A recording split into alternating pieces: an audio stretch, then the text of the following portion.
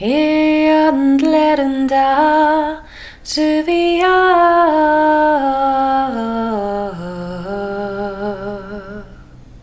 I'm Carolyn, and in this video I'm going to show you how you can paint your own Remo Fiberskyn Frame Drum.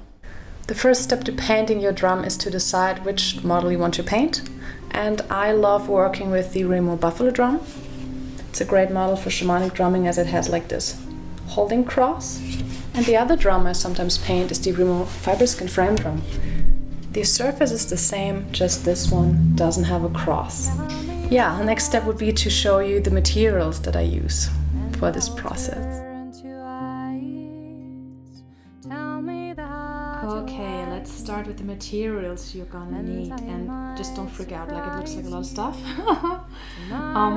Step by step. Let's start like essentials. I work with these acrylic markers, and I use these mallet markers, and they're really good. And you can also use acrylic paint, and I use both, but mostly the markers. And for the acrylic paint, it's good if you get like a high quality paint. And there's like this star scala I can show you on this one. Like if it has like a high star rating, that means like it's more durable, that it's not gonna fade in light. So it's good to buy a good quality paint and not the cheapest one, you know, just invest in good paint. And in all of your materials, invest in good stuff. And yeah, that's basically the big reason why acrylic, because you know there's other markers on the market, and like these things like that, like these gel pens or like these, but they won't last. They will fade after a while, and like you really don't want your design to fade. And same with Sharpie. Don't use Sharpie, they're gonna fade after 1 or 2 years. Depends on the color, but yeah, I've seen people do stuff with Sharpie, and after a while it's not really permanent. So just go acrylic. You can also use oil paint, but I have no experience on that. I use acrylic for everything. So these markers and this paint. And the markers come in different, you know, they have different tips. Like here I have one, it's like a 1 millimeter. And the black one comes in 1 millimeter. All the others, they start with a tip of 2 millimeter. So if you want extremely fine work, you're gonna need different markers. And there's also Posca markers, which are also acrylic markers, and they start with 1 millimeter. But we just happen to have these markers here, so I just have a whole range of these mallet markers. So if you're gonna work with acrylic paint, you're also gonna use a brush. And yeah, for the rim of the drum painting, that definitely gonna need a brush. Like a big one like this is good, but also you can also work with a smaller one. It's just gonna take longer. And yeah, this one, that's good to just put your paint in. And all of these paints, they need to be diluted with water. So I have like this little thing here, just this little squeezer, and then it like just squeeze in like a few drops of water to just dilute it a little bit with water. And yeah, to seal it off, you need a varnish. And for these mallet markers, this is the fitting spray, and it makes sense to ask in the art store where you buy the stuff, if you buy markers, like what spray is compatible. And I use this one for the markers, and I was asking them about like a brush on sealing stuff, and they said no, it might actually smear the markers. So they said they really recommended to use a spray. So this is the spray I use, and it's really amazing, and I would highly recommend that one. And okay, so what else do we have here? When you create your design, you might need one of these, or like a, you know, like a ruler, or anything to measure stuff out. If you go into like geometric art, like you will need some tools to create your template. Another thing you'll need is masking tape. That's basically to mask areas you don't want to paint. And also for the mallets, I use that. I'm gonna show that later, how I use the masking tape. And you're gonna probably need scotch tape or like washi tape to glue papers together. So papers, I work a lot with just regular A4 paper. You're gonna need that for the template, or you can also use bigger like A2 paper for like the 16-inch drums. It depends on the size of your drum. Then we're gonna need testing papers, so you can just like, you know, do a few strokes, try out the colors, you know, make yourself like a little chart. It's always useful. Like this is like a chart I made for the markers I have here. and then I exactly see what the color looks like, because you know, the cap looks kind of different than here. So I have that, so I know what the color actually looks like. And this one, now this is just decoration, it's not part of the design. But I do smudge my drums and my artwork at the end, so it's kind of part of it actually. Then like tissues, in case you have like some smear, or you know, to help mask parts. I'll show that when I create the mallets. And this is for creating your template. And this is graphite tracing carbon paper, and it comes in black, in white, and in yellow. I haven't really needed yellow so far. So the black one is for tracing on the drums, like 4 and white, and the white paper is for tracing on darker backgrounds. So like if you paint the drum in one color and then black might be a bit hard to see, so you might use white on darker backgrounds. So yeah, that's pretty much all we need.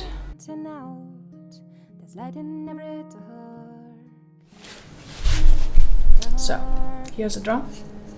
It has this logo here, and that's like the first thing that you might not want to have, this very contrasty logo on your drum when you paint it. So the first question that people ask me, how do you cover up this logo? The first thing I do is I use a white acrylic marker,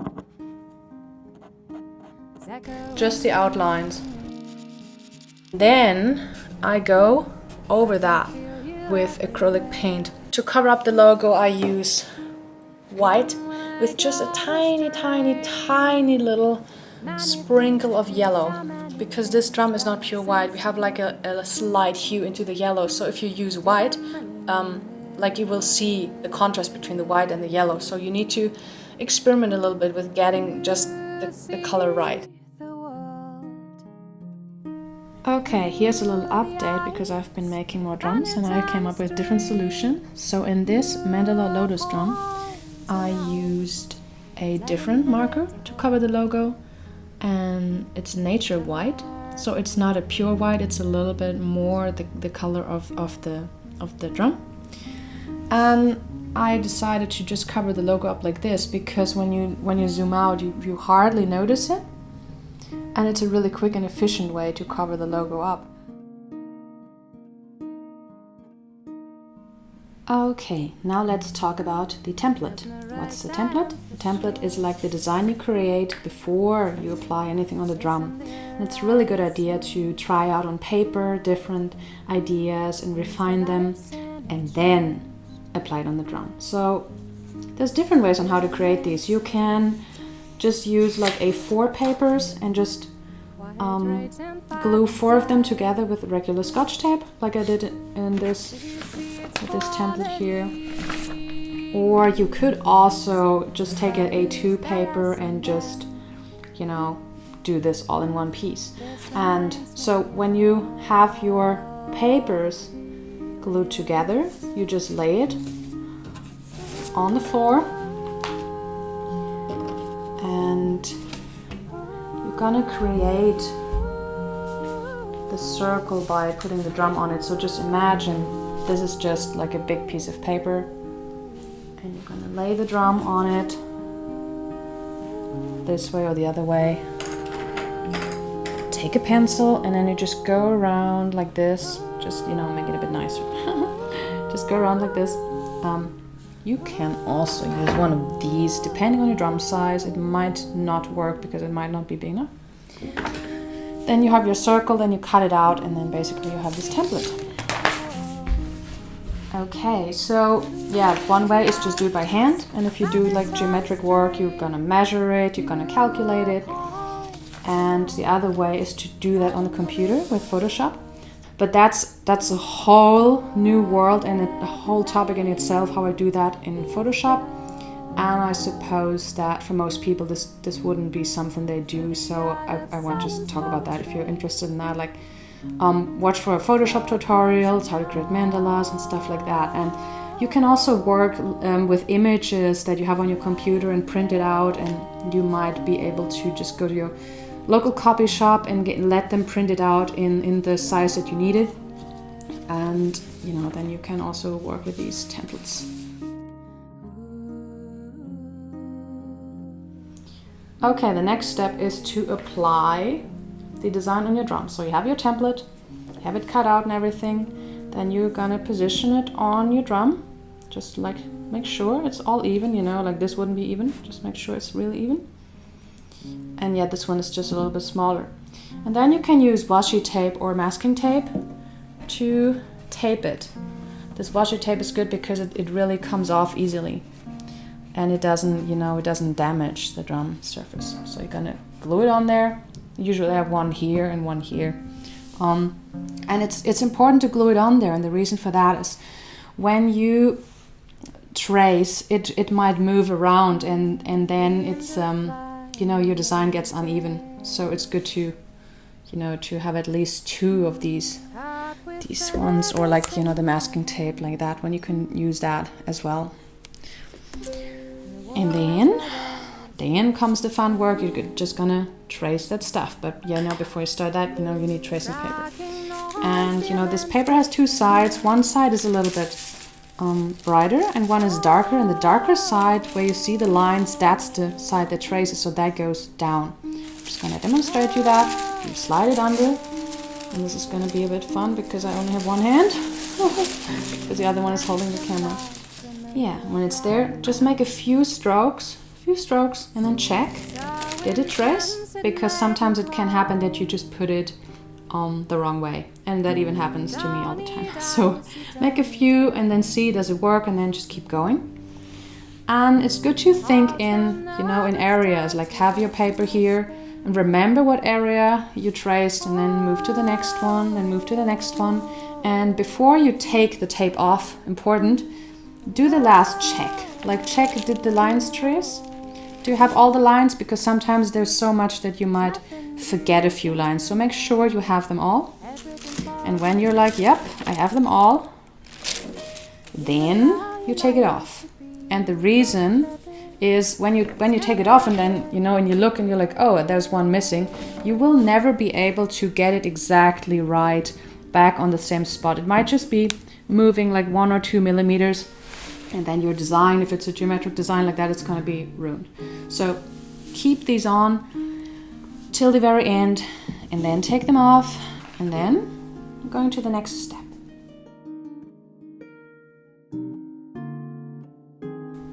So now it's time to actually start the painting process and color the lines with either the markers or the acrylic paint and a brush. And when you have all these lines going on there, it's like really good to be mindful which areas need to be painted and which stay, you know, stay clear. And for that, it might be really good to have the template next to you or the photo of how you want it to look like, and really make sure you're coloring the right ones. And also, when you work with these different colors, it might be good to, you know, start with one color, let it dry, then do the next one. Like with this here, I started with this one, let it dry, and then do the outline. So you're not doing it all in one go. The colors might just smear at these areas here. And also with like bigger designs, I do one part, let it dry, do the next part, let it dry, just to be safe. So that's really a problem when you draw that you smear part of your design. So really be mindful that you don't do that, because it's really hard to fix any mistakes that you make.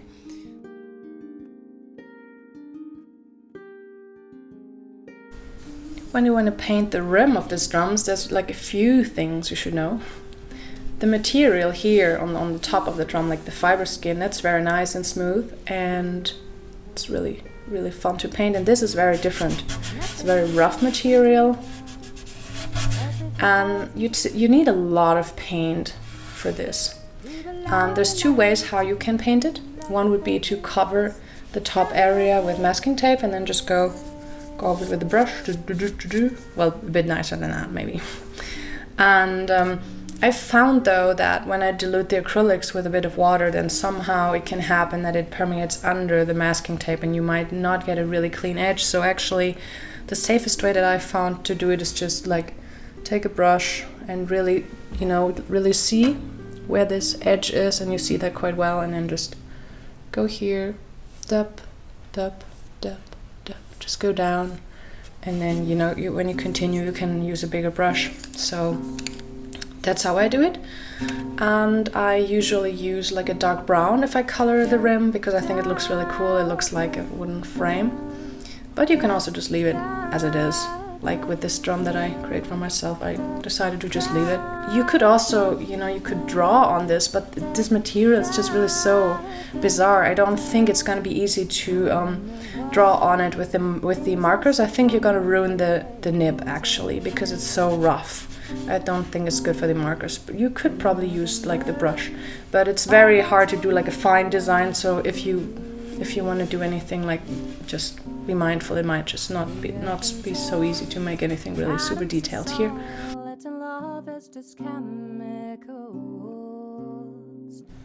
This drum I made for a client. It's a custom design, and I used the Remo Fiberskyn Frame Drum, so it's not the Buffalo Frame Drum.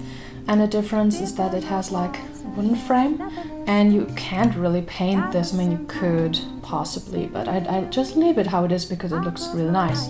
So this drum, I've just finished the painting process, and now I'm gonna spray it. So one more thing I have to do when I use this type of drum is I have to protect the wood from the spray, because when you spray, you know, it's kind of like a nebula that just kind of gets everywhere. So I have to protect this because I don't want the spray on here, I just want it on here. So an additional step we have for this type of drum, not for the Buffalo drum, because for the Buffalo drum it's okay if the spray goes on the sides. So I use this masking tape and I just cover this whole area up. Okay, so now I have all of this covered, and now we're ready to spray. Maybe spraying is a bit new for you if you've never done it. Like for me it was new, like, oh, spraying, I've never really done spraying. It basically has instructions on how to do it, so it's not that hard. So how do you do it? You shake it. Yeah, shake it a lot. I'm just kind of don't want to make too much noise right now. And then you hold it pretty close and spray. And don't spray too much, because otherwise, like, you will have a runny, like, liquid coming down. You'll have like these parts. So don't spray too much. And let it dry, and then do a second coating. And then that's what I do. I do 2 coatings. Let it dry for 5 minutes. Spray again. And then at the end, it's important to move this upside down and spray like the remaining spray out. It's just a little bit, and then, you know, so this stays clear. Otherwise this clogs up and you cannot use the spray anymore, so it's really important. But all of the instructions are also on the bottle on how to do that. And then you let it dry and you're good to go. Then you have your drum. Yay! Yeah, one thing before the final yay, like, do this outside. Like, it's quite stinky, and all of the sprays are stinky, so when you do it inside, like, your house is gonna smell really bad. So I do it outside. And the downside with that is, like, when it's raining I can't spray. When it's super windy I can't spray, because then the spray just kind of moves away from the drum. So I need good weather for spraying, and I also leave the drum outside for at least 2 or 3 hours to dry a little bit and to kind of get the stink out. So yeah, it's a really good idea to do that outside.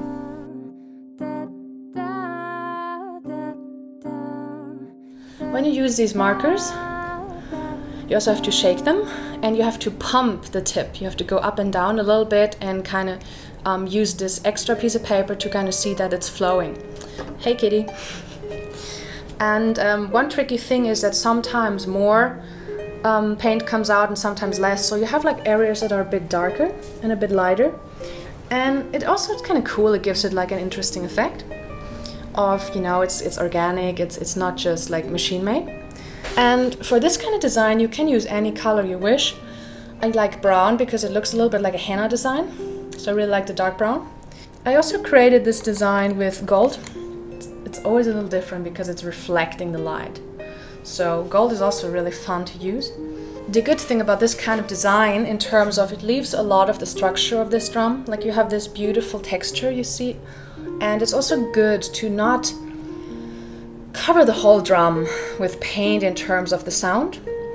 They still sound good even if they're totally covered, but it's better not to apply the paint too thick and the best way is to just give it a little empty space. Next I'm going to show you like this Celtic design. It also it plays with the contrast, like you have paint, you have the white, so I think this still gives the drum like a little space to breathe. And with this type of design, yeah, you're coating the drum, like you have different layers, especially with this one, which has these different galaxy layers. It takes a long time to get this done. It takes a lot of time to let it dry, and then the next one, let it dry and do the next one. It looks stunning, but if sound quality is your main concern, I would not recommend it, because it's hard on the border that you coat it too much and then it loses a little bit of sound. However, I've seen people that are like, yeah, the sound doesn't matter so much, they really want a beautiful design, and it's a personal thing. And it doesn't sound horrible or anything, like it's just a little difference.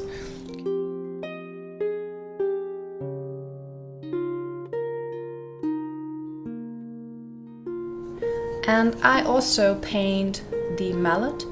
That's what it looks like when it comes right out of the box. It also has this very, very intense Remo logo. And then when I paint it, I basically cover it up with black paint and then let it dry, and then add, like with gold and acrylic marker, like add what I want to add. When you want to paint this and you just want it partially painted, and the reason for that is I like to hold wood rather than hold this, and you know when you grip all the time in your fingernails, it might just come off because it's just a very exposed area. So I personally like to do them like this, like only have half of them, so I can still just have the natural wood in my hand. And a good idea to get this smooth is to use like a little masking tape that around here. And around here you can also bring it up to here, and then when you spray them with acrylic spray later, you will not spray this part because you don't want acrylic spray here, so you tape this off and protect it. And same here, and you tape this off, so you only spray this area because it's impossible to spray an area. You need to mask what you don't spray.